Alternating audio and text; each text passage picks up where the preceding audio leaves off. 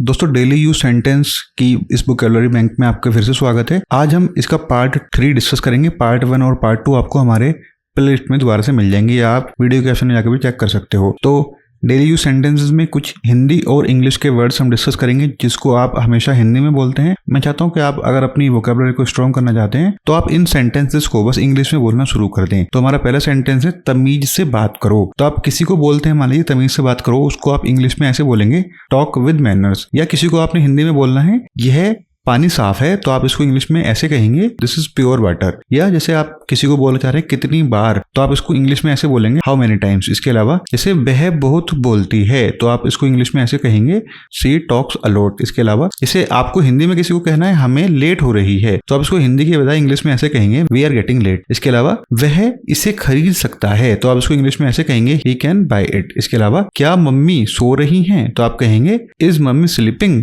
या क्या तुम सुन रही हो, इसको आप इंग्लिश में ऐसे कहेंगे आर यू लिसनिंग।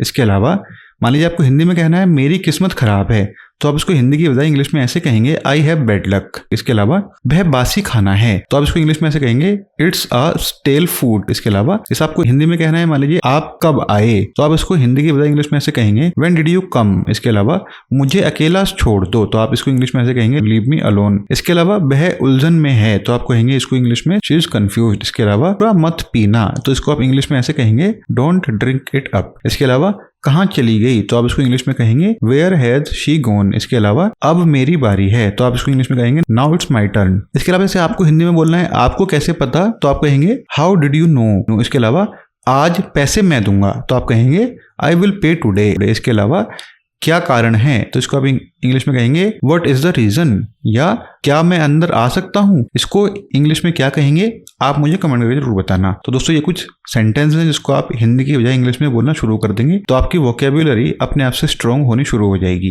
दोस्तों उम्मीद करते हैं आपको इस वर्ड का मीनिंग अच्छे समझ आ गया होगा। अगर आपको इस वर्ड का मीनिंग समझ में आ रहा है तो आप प्लीज़ हमारे चैनल को सब्सक्राइब करें और हाँ बेल आइकन को प्रेस करना बिल्कुल ना भूलें ताकि हमारी वीडियो की लेटेस्ट अपडेट आपको सबसे पहले मिलती रहे। Thank you so much.